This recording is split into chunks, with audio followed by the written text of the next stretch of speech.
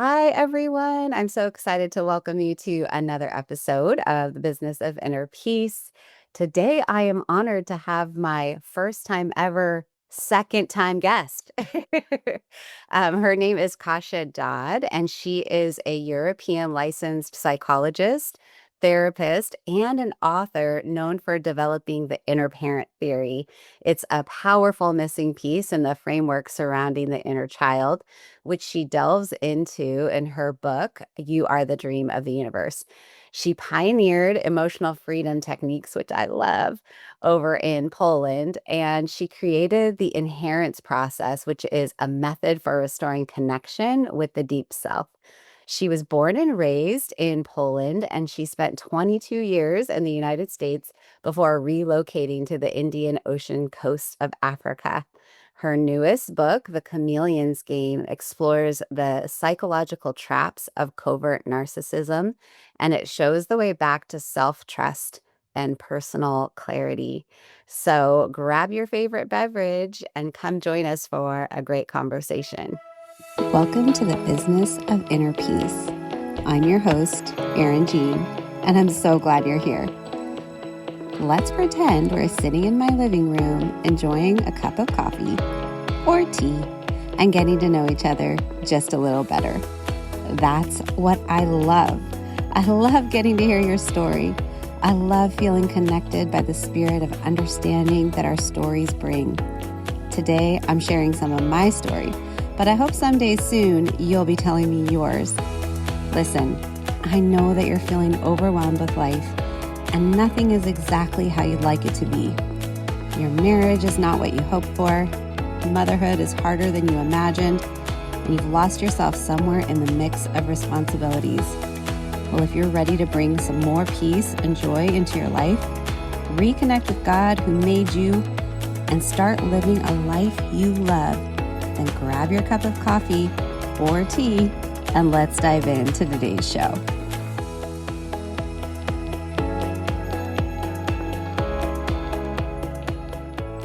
Hi, Kasia. Welcome to the episode. I'm so happy you're here. Thank you, Erin, for inviting me again. And I'm so happy to be here again. And I'm honored to be the first one that is the second time. I know that's quite a mouthful. Yes.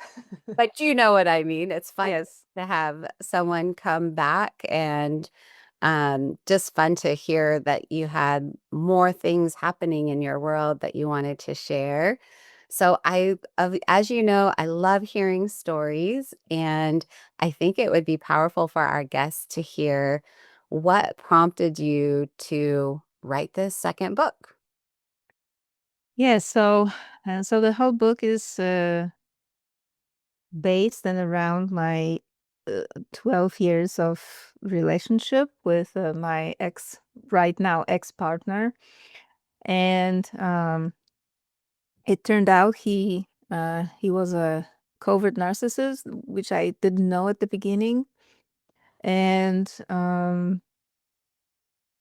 it's funny because somebody may think, oh, she's a psychologist, she's a therapist, and so how come she didn't notice symptoms and went for so long, like over 10 years in this relationship. It's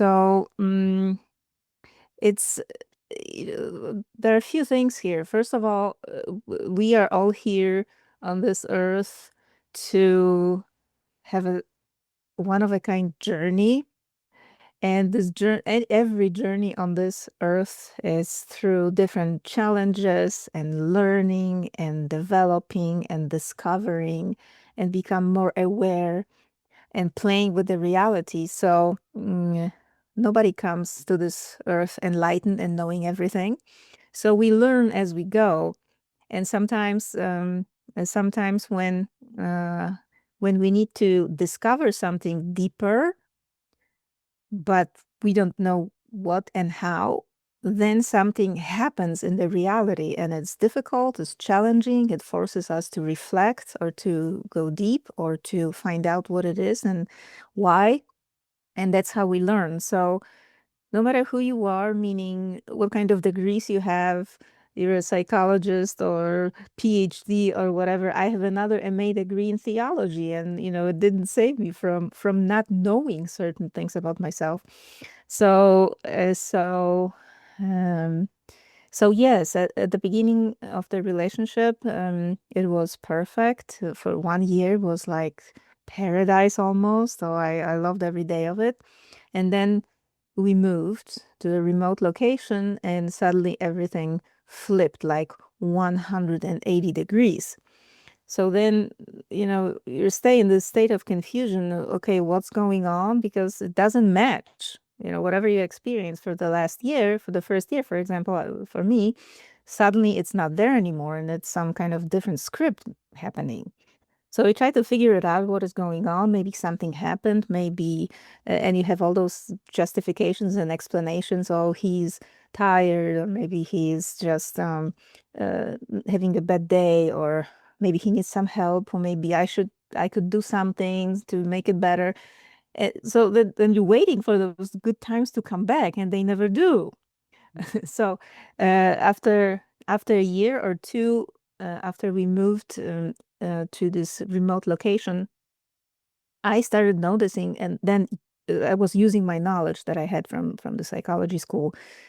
Well, it looks like he has some serious personality disorder. At the beginning, I didn't know what it was. I thought it was borderline, because it's very similar. Borderline and narcissistic, they have very similar traits. And so I try to help. I try to explain. I tried to talk to him, and nothing helped. And it was just drama, following drama and drama and drama. And after almost 12 years of this, finally it dissolved. But mm, um, m- my mind is really, really curious. Since I can remember since I was born, my mind always wants to know and understand. So on one hand, I was in this relationship, observing, experiencing what's going on, and hoping that maybe I can do something, or something will be better, and will come back to the original first year. Uh, and on the other hand, I was observing, trying to figure out what actually is going on underneath of all of it. So I was experiencing and learning, and always asking my questions. Okay, this question. So if I don't know, if I really can't understand uh, why I am in this relationship, why I am in this relationship, what part of me still is allowing to continue this? So on the go, I was discovering more and more about myself, and what part of me chose this, because we always choose it. Nobody forced me to go into this relationship, right? Yeah. So I finally discovered some really hidden parts of my own self, my own being. And once I discovered them and uncovered them and embraced them and integrated back to my whole system, the whole thing fell apart. So it was incredible journey, both very challenging, and both very and also rewarding, in terms of what I actually found out about myself and how much better I am after all of it. That I decided to write. First, I wanted to write few articles, but then there were so many articles in my head. Then I thought, well, it should be a book. So that's how it came uh, to life. Yeah. Yeah, I find this topic of narcissism really interesting. And I think you do a good job in the beginning of your book of addressing how it's becoming overused, and also giving examples of how that's happened with other terms, in our modern day language that originally meant something Yes. and we use it Yes. differently today. And I agree with you. I think that that's something that's sort of happening with narcissism. Um, I highly recommend your book for somebody that thinks that maybe they're dealing with it. At one point in my own journey, a therapist had suggested that my husband potentially was a narcissist. And I found a quiz online that there was some things that matched, but a lot that didn't. So it kind of took me off the track. And I was thinking about with your book, you do this very helpful thing at the end of your chapters and sometimes mid chapter of a reality check. Mhm. And it kind of gives the reader an opportunity to sort of see if you recognize any of Mhm. these things or not. Um, and I was wondering, do you think those reality checks could be put into like a quiz? Yes, that's a good idea, actually. Yes. I was like, I think Mhm. this would be a helpful Mm. quiz for people because this term is so overused. And um, also, what you're mentioning, how there's traits that are similar between borderline personality disorder Mhm. and narcissistic personality disorder. So there's just a Mhm. lot to like maybe weed through, would you say? Mhm. It's not just like a simple Yeah. evaluation. No, it's a very complex, the actual narcissistic personality disorder that's defined in the diagnostics in psychology. It's a very serious and complex disorder. It's they say the psychologists, right? They say that it is so deep and so complex that it's incurable. You can only learn how to manage it, how to live with it, how to not be so destructive to people. But not many of narcissists, almost nobody wants to do the work. Um, and there's a big difference between the whole personality disorder and some single narcissistic behaviors, because all of those we do have and we do from time to time. Everybody. So everybody sometimes thinks only about themselves uh, because there's a, for example, you're sick or you have a really hard time in life, and you think only about your own needs. And when you feel so bad, so sick, you have no energy and capacity, for example, to focus on somebody else and help him or her. Mhm. So you're not narcissist. You just have a time that you cannot be this empathetic, helpful person. Um, but with the personality disorder, it's like a constant trait. It never changes. It never changes. 100% of time there's an obsession with this personality disorder, um, about wanting people's attention all the time, no matter what they do, what they say, what they think, what they plan. It's always, always, always, always about them. And when they do something for others, it's also about them. It's not just because they have a good heart and do it. There's always an agenda underneath, to be admired or to get something back. Um, Yeah. yeah. Would you say the exception to that is in your book, you break down these phases or stages, right, Mhm. of the relationship with a Yeah. narcissist? Would you say that that beginning stage, which I think you called like the love bomb, Hmm. would be the stage where it would be harder to detect the Yes. all about me piece? Oh, yes. Yes, totally. Because it's like a bait. It's like, they match you so perfectly. They know your desires. They try to fit, um, what you like. They resonate with you on all levels. So you think, oh my gosh, you just melt, and you say, oh my gosh, I met my soulmate. That's the first person who gets me so much and understands me and all of that. But it's all performance, because they have this ability to be really like a chameleon, to really become you almost on the inside. So actually you look at your own reflection through their performance, because they reflect you, who you are, and you really think you met your perfect match. Mhm. But yeah, they it's not real, because it's not them. it's not real who they are. They just reflect you, who you are, so you can see the perfect match, which is you, right?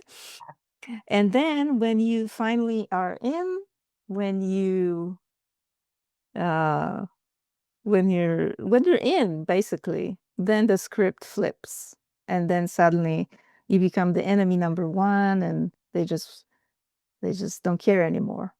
Yeah. They get angry, they belittling you, they don't care if you feel good or bad. It's just all about them suddenly. Yeah. For the benefit of our listeners, do you mind just going over what those stages are? Yes, so the first one is the love bombing. It's when they are so helpful and resonating with you on all levels. So you think you found your twin flame or the soulmate or whatever it's called. And then when it ends, because you are in, they don't need to um, perform anymore. So they become who they really are. And it's the second stage is called devaluation state. So they devalue who you are, and they start criticizing you or cutting you off or gaslighting, meaning, they all the time undermine what you're saying, or you say, oh, you don't know what you're saying, oh, you don't know, oh, you don't know anything, something like that. Mhm. And so um basically they disconnect in a bad way, and they pull you down. um they try to make you feel small and um blame you for their unhappiness. Mhm. um so yeah, you're the abuser, you're the victim, and they're just poor victims. It's all, your fault then. It's the stage of devaluation. And then there's a discard stage when they suddenly disappear, because you're not the supply anymore. That's the characteristic term, supply. Every person in a narcissistic world is a supply, supplying something they need: attention, money, uh, help, support, whatever they need. So once when the supply dries, because you're so exhausted from it, you cannot give anymore, they just discard you. Yes, and then there's another stage. It happens a lot, not all the time, but a lot. It's a hoovering, meaning, after a while, when their new supply is not performing well, they will come back to you. It could be next month, or it could be 2 years later. They come back to you. Oh, how are you? What's going on? Oh, maybe we should get together. And they try to pull you back again. So it's important to know the stages, and if somebody is a victim kind of a narcissistic relationship, to know not to never fall back into the trap, because they haven't changed, nothing happened. They will say they are changed. They will play this role. Oh, I am a different person now. Oh, we can try again. Ha ha ha. But it's just the performance again, and the new love bombing stage. So if somebody falls for it, they will go through the same cycle again and again and again and again until you step out of this cycle. Yeah. Yeah. Ooh, it's very painful. Yeah. Um, Pretty similar to you in that I always have this curiosity around why people do what they do or why they end up with these different conditions. I was curious about that. Do you have any ideas around like why someone becomes narcissistic? Well, I have my own observation of, not only from this relationship, but from also being really interested in the reality and how it works and the human reality. So how I see it and understand it is that, mm, it, uh, usually there's a combination of that you are born this way, and then um, your family system kind of confirms it, affirms it, so it becomes even stronger. Because, I'm a therapist. I work with hundreds of thousands of people already, and many people who came to therapy, they had a very bad narcissistic parents, for example. So they were raised in a really, really tough environment, and they never became narcissists. So that means that there was something in them that was healthy from the start, from the beginning, from birth. And they didn't become narcissists just because their parents were narcissists. And there is the end of the spectrum. Somebody comes to this world and have most loving parents who are not narcissists, and the person is a psychopath or a narcissist when they grow up, and you start seeing those traits. So those are two extremes, but usually there's something in between. Somebody comes with some kind of generational trauma that has a potential to become the narcissistic personality disorder, and then the parents are not performing well as parents, and suddenly the person develops this disorder. Yeah. Mm. Yeah, it's really interesting, to me how this is happening. Mm-hmm. My mind is like, "Let's find the spot in childhood where things went wrong," and trying to understand, but I realize there's not, ever gonna be the same exact thing in Mm-hmm. each person's life. The other thing that I was curious about is, do you think that there's people that could be narcissistic, but maybe aren't quite as mean or cruel? Mm-hmm. Yes, yes, there's a spectrum of narcissism. So um the hardest one is the one that it's on the spectrum of psychopath, that's violent. But it's not a being violent and really mean. It's not I think it's not the trait of a narcissist. It's just some other deep trauma that's combined with the narcissism.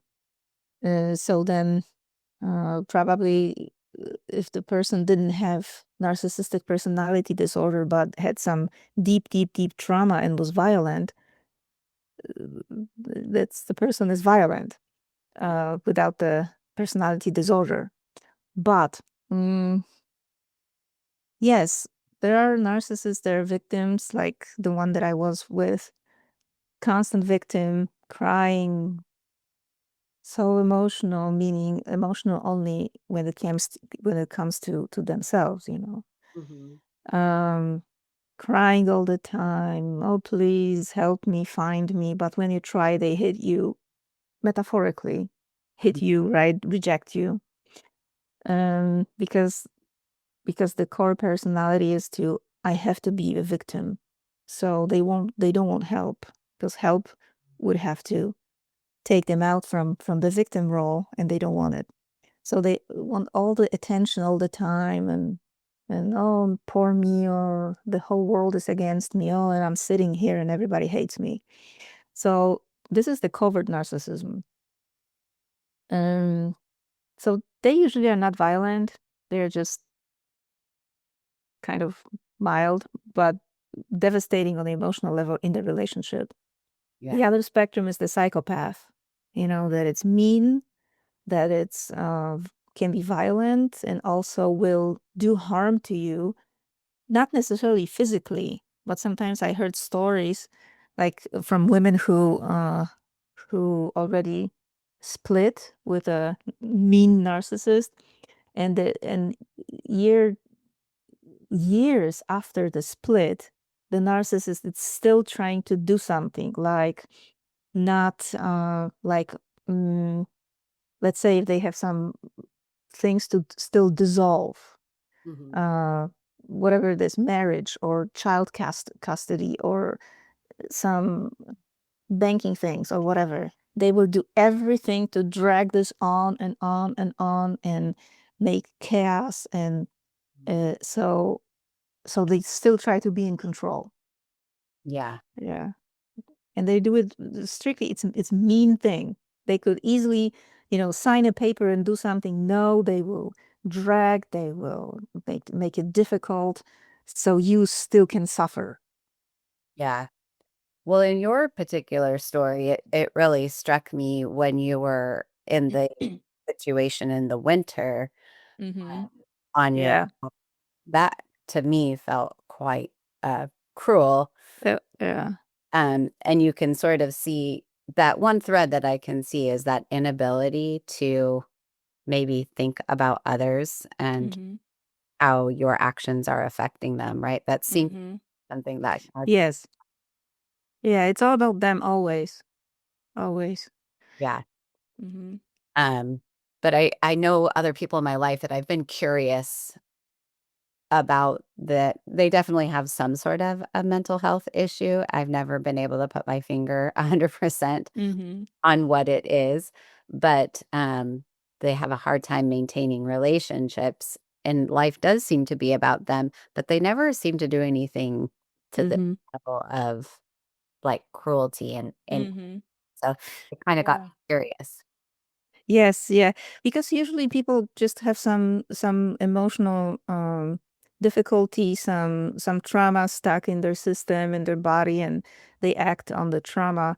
Um, but still, mm, they don't try to hurt the other person in the process, or if they do, they feel guilty or ashamed, and they try to do something about it. And for example, this person, my ex, he many times he did something that was difficult, and then he was apologizing and being so sorry and ashamed. And few days later, a week later, or a month later, the same thing happened. So, if you really feel bad about doing something to other person and really kind of tears you apart inside, you just don't want to do it again. You Mm. just don't want to do you just make sure that you will do something about it, and you won't repeat it because it's too painful to see the other person suffering, or yeah, suffering. So these people just they apologize because they want things to go back to normal. So you all pacified, and you're good because you forgave them, and then when the waters are clear, then again the same thing happens. So they are never really sorry Yeah. for yeah, for what happened to the other person. Well, and I can see how sometimes acting sorry and full of guilt and stuff is a bit of a victim Mm. if you do it, Mm-hmm. so I'm like, it could still fit that pattern, potentially, right? Yes. Yeah. It looked actually like a real remorse because, he was not a stupid person. So he was saying, "Oh yeah, I'm sorry for this, I really see how it's all me. It's really not you. You didn't do anything wrong. It was all me because I have all those unresolved issues." So he was like, "Wow, there's an awareness happening here." But only for the moment for me to get pacified, and then it was it. That was it. Mm-hmm. So would you describe your book as, um, a tool for identification, a tool for avoidance, or a tool for healing? What do you think? All of it. Yes. Yes. First of all, I want people to understand the difference between real disorder and just some behaviors that are uncomfortable and may seem selfish, but they are nothing like personality disorder. So that, and then um also to talk more about the covert narcissism, because we know usually the overt narcissism, right? The one who is the grandiose narcissist. "Oh, I am the best. I can do everything. I will walk over you. Nobody is like me." Right? And they really display that, the kind of grandiosity, right? So we know that one, but the covert one is it's all about, oh, I am the victim, I am the poor one. And usually, being a good human being, your heart kind of goes out to those people, right? Because you want to help, you want to support them. And that's why it's hidden, because it's only a bait to get your attention, your support. That's why you become the supply. So people need to kind of understand and know the type, that not everybody who needs help actually needs help. Because of course, if somebody needs help and you help them, okay. But if somebody uses the victim story to just rob you of your own self and your money and or whatever it is, something is not right with it. So we have to educate ourselves about it, that if somebody just drains you, playing the victim story all the time, stop. You have to learn how to put borders, yeah, the boundaries. Yeah. Yeah. Mm-hmm. Yeah, and also it's my story, how I went through it. So so I'm describing different stages of it and how I processed and what I did and what helped me actually to do, to finally find myself in it and say no and say goodbye. So I hope it will be revealing for many people, especially women. I wrote the book for women, mostly. Of course, men are welcome to read it too. But because I am a woman and this guy was a man, so that's how I did it. Um, so they can see themselves, because many women don't know that they are in a relationship like that. They think that it's something about them, that it's not perfect, they have to improve, or it's their fault that he's behaving this way, or he's drinking or whatever. Oh, it's my fault. I should do something. Many women still don't know. So I hope that if somebody reads this book, they will start thinking and identifying some of their own story in it. Yeah. Be able to recognize Yes. what's potentially healthy. Yes. Yeah. Hmm. I loved the other piece that I really enjoyed is how EFT was such a powerful tool for you Hmm. all along. And I just love EFT. And I think the coolest thing about it is that it's your hands, right? It's like Hmm. the power of that tool is in your hands. Yeah. It's available to everyone immediately without cost, right? Hmm. Like, even nowadays, you can just jump on YouTube if you're not sure what to do and, you know, Yes. EFT or tapping, for Hmm. whatever it is, but it really is such a powerful tool that can help you shift Yes. quickly. Yes, and that's what I recommend, and I'm recommending it, encouraging people reading the book to actually do it if they find themselves in a situation like this, because I started working with women, um, coming out of the relationship like that, and it's really really devastating. It takes sometimes months and years to recover from the relationship like this. So I was lucky enough that I have this type of personality, that I just, if something is not right, I just have to do about it something about it immediately.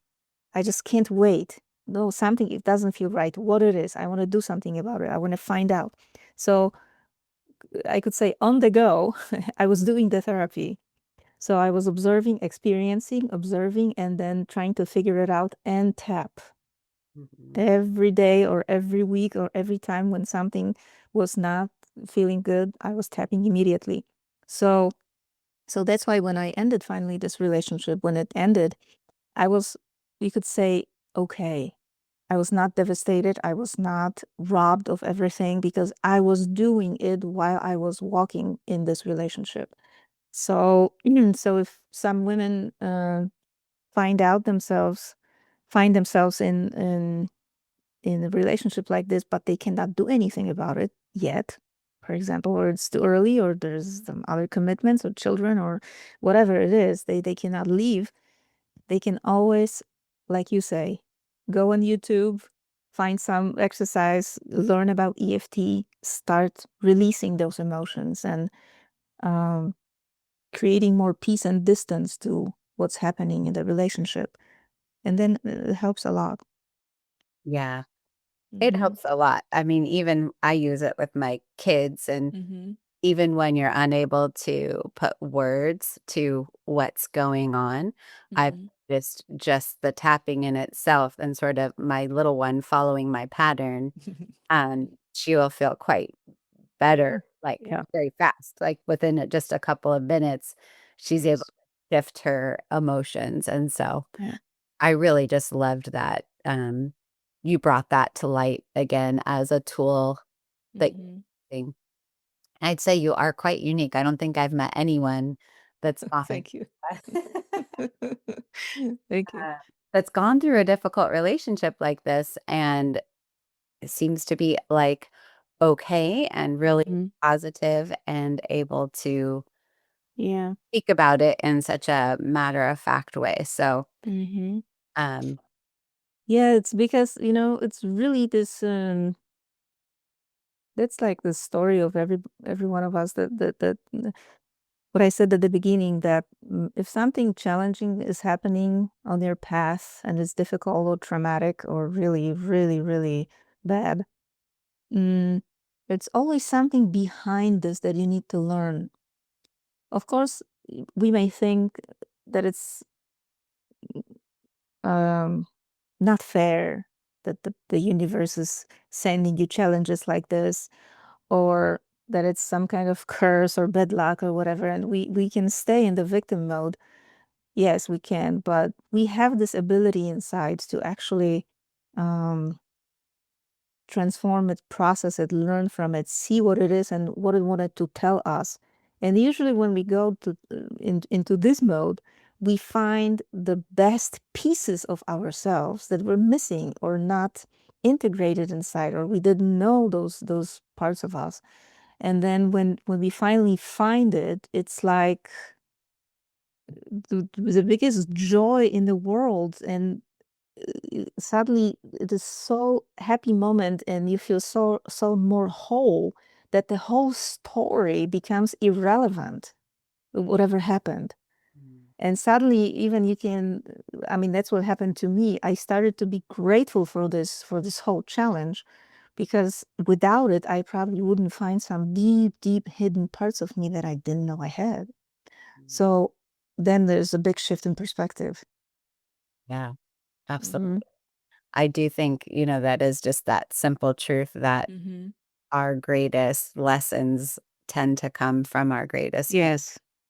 It's Yes. just the fact of being human. Yes. Yes. And the key, the whole key to all of it is our approach to what happens, right? Our relationship with what happens. Because if we decide the story to be our curse, we will be always unhappy and victim of that something that happened, because we decided to interpret it this way. But if we have a relationship like, okay, yeah, it's supposed to show me something, and I want to know what it is.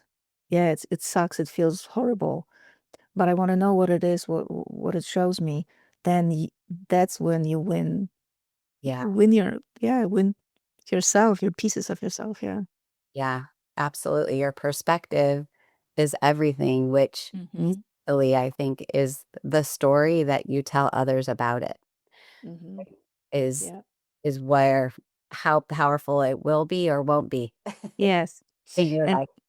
yes, and I remember this. I think I mentioned it in my first book. Yes, I mentioned my first book because I heard this one from, I don't know if you know Nassim Haramein. He's like a contemporary physicist. I like to listen to him sometimes.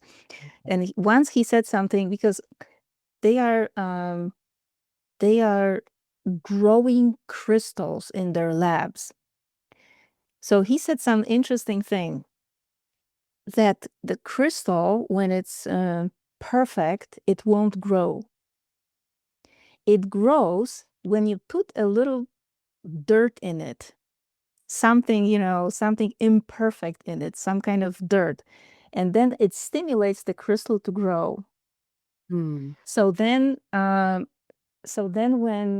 the, the, the whole point here it is that when we get some challenge, and we process the challenge, and then we learn from it, then we should leave. We should kind of take the knowledge and understanding and the growth and discard the dirt that was there. Meaning, we should not hold on to the trauma and what happened. It's only a tool. It's not something we should collect and keep in our safe box or some kind of, storage unit inside storage unit. We should, after it did its job, we should discard it. We should just clean it, and that but should remain with the knowledge from it, with the growth, with the intelligence we got from it. Yeah. And that's the whole path here is. Yeah, absolutely. And I think it's even more beautiful and rewarding when you can get to a place where you take it and you share it with someone else Yes. to benefit. I have found that to be quite rewarding. Yes. Yes. And I can see that's what you're doing. Yes. Well, I know your book's not out yet, but tell our listeners where they should go and when you think the expected date is.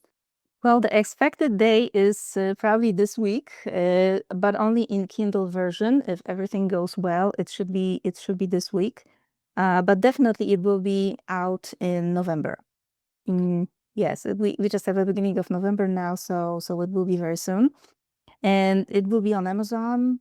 And if somebody would be interested in buying the book, they can go to my website, kasiadodd.com. And there will be links there too, leading to Amazon. Awesome. Yes. And we'll have that link in the show notes as well. And if you even have the slightest suspicion that maybe you are dealing with a narcissist, I highly recommend Kasia's book. I think you'll enjoy it. And I was sharing with Kasia before we started recording, I really have found it quite an enjoyable and easy read. And I think you will too. So hope you go out. Well, Kasia, thanks again for coming back to the show. It's such a pleasure talking with you again, and really just wishing you the best in all that you're doing. And thank you for shining your light in the world so beautifully. I hope you enjoyed today's episode. If you're feeling blessed by the content here, the number one way you can show me is by leaving me a written review of the show. I'd be forever grateful. Knowing that you're out there listening helps me know that I'm truly living out God's purpose in my life. The other thing you can do is take a screenshot of this episode, share it with a friend, or better yet, tag me on your Instagram stories. Remember, you are seen, known, and loved. May God richly bless you today. All my love, Erin Jean.